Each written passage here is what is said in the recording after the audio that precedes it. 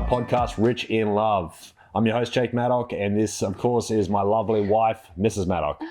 I'm a relationship coach, guys. I've successfully helped thousands of people find their ideal partner. Today, we're talking about the importance of having non-negotiables in your ideal partner list when dating. What makes someone a great partner? How do you stop yourself from settling? I encourage all your viewers and the community to share your non-negotiables in the comments below. We'd love you to contribute to the discussion. If you want personalized help with your profile, booking a free call with me, I'm here to help. Today, guys, we're talking about non-negotiables. What's a non-negotiable? Let's start just covering what is a non-negotiable. What is a non-negotiable? A non-negotiable for me is if you did heroin on the weekends. That's a non-negotiable, something which is a deal breaker for you. What's a non-negotiable for you? Smoking. Like cigarettes. Okay. Or like doing drugs. So your non-negotiables, are they like set in stone, or can sort of... No, usually they're strong boundaries. Strong boundaries. Something that you will not put up with no matter what. Yeah. One of my non-negotiables is that you don't yell and raise your voice. If you do, like I set a very strong boundary with you. 100%. You don't like aggression. No. Non-negotiables are super important. Low-value people, they don't have strong non-negotiables. They don't have strong boundaries, and they let garbage in, and then their life is garbage. They're low-value traits, guys. You want to be a high-value person. You want to have strong boundaries, strong non-negotiables, and only allow the good stuff. The importance of an ideal partner list. An ideal partner list gives you like a guide of what you're looking for, right? So, and what characteristics that you like. What do you want to see in that person? Is there a trait that you specifically would like? And why is that? Why do you want that trait? I want a strong man. Okay, well, what does that mean to you? What is strength to you? Is it someone that's physically strong, or is it like emotionally strong? Once you know what you're looking for, you can find it. What would you say to people who don't really know? They're like, I don't know what I want. I'd say go on dates. Start going on dates. Start talking to people. And by going on dates, you're going to learn what you like and what you don't. I say this to clients all the time. They're like, oh, but I don't know what I want. And I'm like, okay, go on a date. And then after that date, ask yourself a series of questions. What did I like about the person? What did I enjoy in that? Well, I liked this, this, and this. Awesome. That's great. Write it down. What didn't I like? They ate with their mouth open. Well, then you don't like that. Yes. You know, so that might be a non-negotiable for you. But then you might go on another date and that person ate with their mouth open and you're like, but the way they did it was like cute. Oh, yeah. So it's allowing yourself to have experiences and evaluating those experiences afterwards. You'll be surprised what comes out of the pen if you just sit down with a pen and a piece of paper and just start writing. Yeah, so your non-negotiables are quite rigid. They don't really move too much, but your ideal partner list, but your ideal partner list is fluid and it's constantly adapting. Like, would you agree? Oh, 100%. Your ideal partner list is basically a guide. You know what I mean? Do you have to meet everything on that ideal partner list, though? No. So when you meet your ideal partner, they'll probably meet a fairly large chunk of it, but it won't have to be 100%. But what's important, I think, with these lists is to make sure it's a live list. So you're going to update it as you go. Change it, keep adding things. So there's 3 lists I want you to make, guys. Your ideal partner list, your non-negotiable list, and a 10 out of 10 me list. Yeah? So you're doing an ideal partner list for what you're looking for, but what would make you an ideal partner? Yeah, you got to, you're looking for your ideal partner at a certain level. You have to be able to match that level. Do you think that following the lists and creating the lists and doing all of that, you can avoid toxic relationships? Or yeah, I think so. So if people don't have any of these lists and they're sort of, oh, let's just go with the flow and just take it easy and see what happens. The problem is then your emotions cloud your judgment and you start making really stupid decisions. So these lists should help with that. So regardless of how you're feeling about that particular person, you can look at the list and going, well, I feel like I love them, but there's so much of this list which is just horrific. That's your clue that they're not your ideal partner. So if you have these lists and you go into a relationship and everything is fine and dandy, do you constantly evolve those lists or do you forget about them? You can evolve it a little bit, but after you're in a 10 out of 10, you don't need to worry too much anymore about your ideal partner unless you're in non-negotiables, but you should always, for your entire life, be working on your 10 out of 10 me list. Okay. What does that look like? How would someone create a 10 out of 10 me list? So a fun way to think about it, a pen and a piece of paper, and if you imagine a wormhole opens up beside you, and the best version of yourself ever possible walk through. What is that person like? How charismatic are they? How confident are they? Are they enthusiastic about something? Are they goal-driven? Do they have good self-esteem? Are they really insecure? Do they overthink and they self-sabotage? What are they like? Are they fit? Are they healthy? They look good. How are they holding themselves? Do they have pride in their appearance? What do you see? Write all that down. What's that perfect version of yourself? That's what you're going to work towards. You definitely need to write down the list, your non-negotiable list. You can also tell your friends about your non-negotiable list, but what's most important is you write it down and you hold that boundary within who you are. So the most important boundary is a self-boundary. It's a boundary that you're going to keep and you're not going to flex on. It also establishes and builds your confidence within yourself. I think so. It's really important that you keep your non-negotiables and what you stand for and your boundaries and keep them alive within you, because as soon as you disrespect one of those self-boundaries, your confidence and your self-respect is going to go down. And then we start to develop quite bad mindsets and all of that. Oh yeah, it's really crazy to see. A lot of people come to us and they have bad self-confidence, bad self-esteem, bad self-worth. They overthink, they're full of fears, insecurities. And it's because they didn't stand up for themselves multiple times over their life. Yeah. And they didn't stand up for what they believe in because they were trying to be a nice person or try not to hurt someone else's feelings. And I'm like, well, because you have done that, you've hurt yourself though. 100%. What's cool is no matter how bad someone's mental health is when they come to us, within 6 months, it's a 10 out of 10. It's not that hard. You just got to make sure your environment's good. Get rid of anyone who's hindering your success. Work on your health and fitness, ice baths, saunas, and be part of a good community. Do social hobbies. That's about it. People overcomplicate mental health, I think. The government is really bad at it. At what stage in the dating process or in life should someone start thinking about creating these lists? I think now. Right now. Regardless if you're 19 or you're 69, do it now. Just do it right now. I think it's really important for every human, even children and stuff, to put that in practice.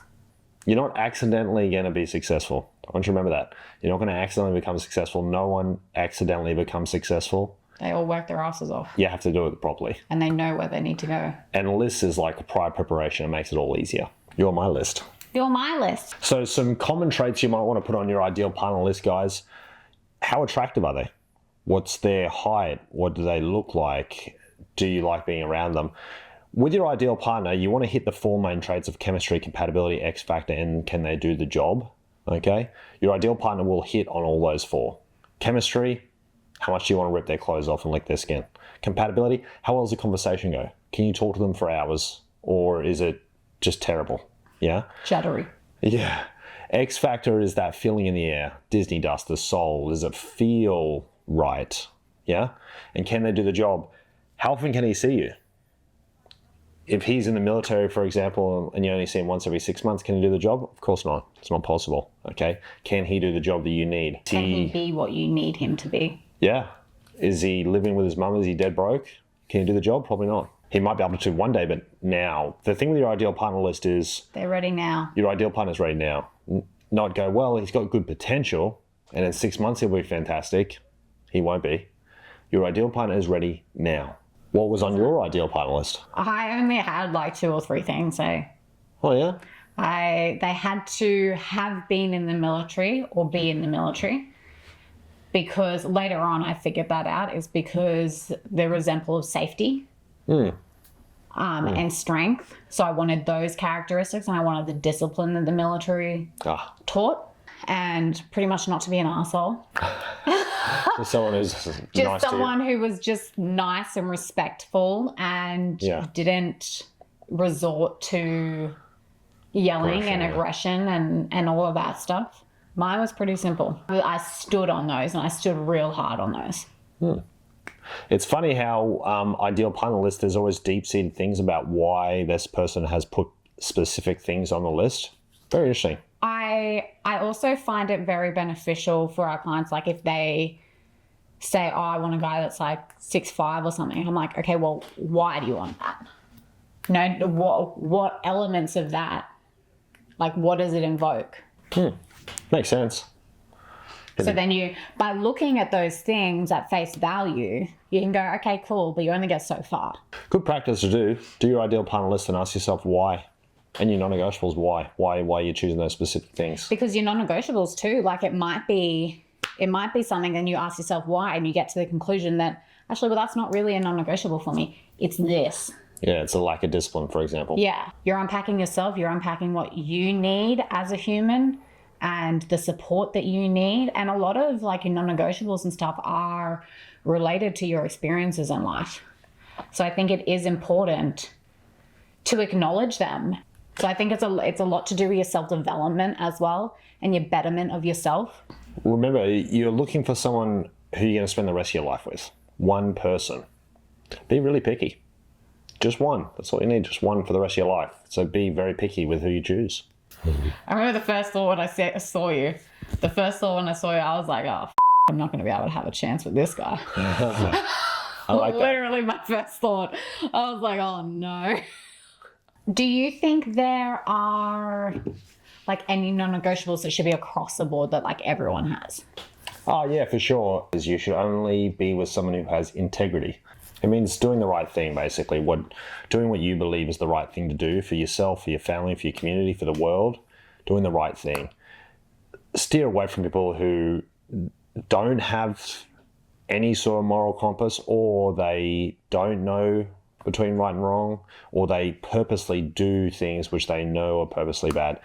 Don't go after someone has an addiction. They're addicted to gambling, they're addicted to alcohol or drugs or whatever. Don't waste your time. Your relationship is going to go better if you find someone with less problems. If you find someone who has a whole list of problems with themselves, the relationship will be worse, okay? Find someone with the least problems as possible. It's a fairly controversial statement, but when a lot of people hear that, they go, so what, someone with depression doesn't deserve love? No. You've got to work on yourself to be a 10 out of 10 ideal partner. It's not that there's an issue. I think it's self-reflecting and going, okay, well, why am I feeling this way? And what changes and actions can I take to improve this? Yeah. If you want to achieve a 10 out of 10, you've got to be going fairly well yourself. If you're not doing very well, it's going to be very difficult. Can having too many non-negotiables affect you and in the dating space? If you have so many non-negotiables that you're living in a fantasy land, it can be damaging. So non-negotiables are really only for serious things, guys. If one of your non-negotiables is, well, if he eats tomatoes, I can't be with him, you're going to struggle, okay? It's got to be in reality. It's got to be really serious things that can absolutely not be stand for. Yeah. There has to be possible for someone to meet your standards. If it's not possible, well, then it's just silly. A lot of things can be fixed with a conversation. True. You know, a hard conversation or a necessary conversation. Across the board, obviously, some non-negotiables: cheating, abuse. Obviously, 2 non-negotiables that no one should put up with in a relationship, obviously. Once either of those things occurs on any level, it's over. People don't like that statement, do they?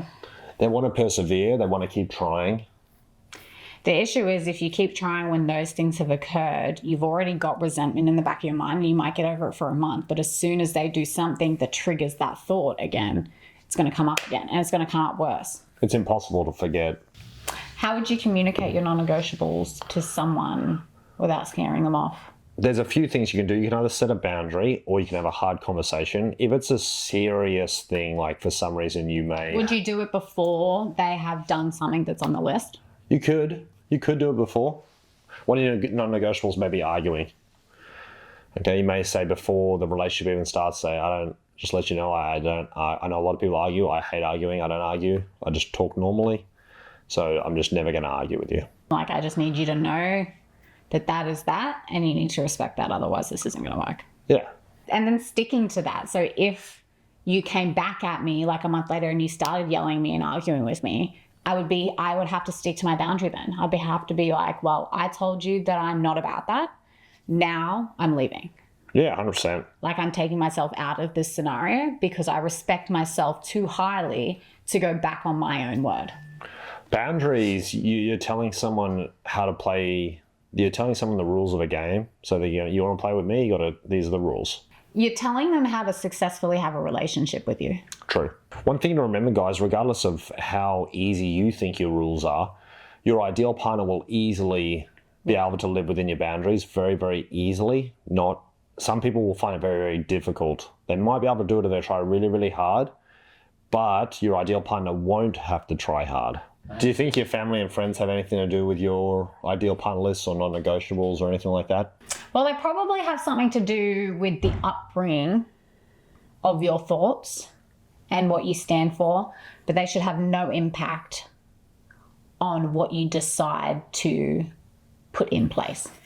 I think a lot of people go, oh, but my parents think this, and put too much emphasis on what everyone else thinks. And I'm like, screw everyone else. Like, doesn't matter what your parents think. It doesn't matter what anyone else thinks apart from you, because the only person that's living with that for the rest of their life is you. Do you think there are any signs or anything that tells someone that that person is an ideal partner? I think the four markers, the chemistry, the compatibility, the X factor, and can they do the job. The can they do the job part is a lot of the ideal partner lists. So their ambition, their confidence, their tenacity, their grit, all that sort of stuff. That's in can they do the job. The compatibility, how well does the conversation go? You got the Disney dust, then you also have the chemistry, the sexual chemistry as well. If you hit those 4 points, they should go really well long term. Do you think someone can become an ideal partner? Like you meet someone and they're okay, but then they change a little bit to sort of become that person? It depends on a lot of factors, I think. If they're like a 4 out of 10, no. No. But if they're like 8, 9 out of 10, they're almost there. They're pretty much almost there. As long as they're like 90 or 80% of the way there, you got to know and see what's in front of you. And if you get into a relationship and that person is a 10 out of 10 where you are, right, at that time, but then you keep developing and becoming better, is that person keeping with you or are they staying where they were? Yeah. You and your ideal partner will grow together and be awesome together, yeah. So that shows up pretty early on, like within the first 6 months. We've both changed heaps in the last 5 years. 100%. And there's been a bunch of clients that we've had where they've met their 10 out of 10 and it was fantastic for like 4 or 6 months. But then what we teach in our course is constantly self-development, right? So they keep self-developing, but then the person that they met 6 months ago doesn't. I was watching a video of Patrick David and he said really, really successful guys, every 6 months you see them, they're completely different. Yeah. They're growing so fast. Every 6 months you're like, this is a new person. I think that's one of the keys to a really successful relationship and a 10 out of 10. You like doing these podcasts with me, Sugar? I love them. We hope you enjoyed this video. Subscribe to our channel. Like the video, pop in a comment. We look forward to reading all the comments. Book in a call if you need help as well with Mr. Jake Maddock. We would love to help you.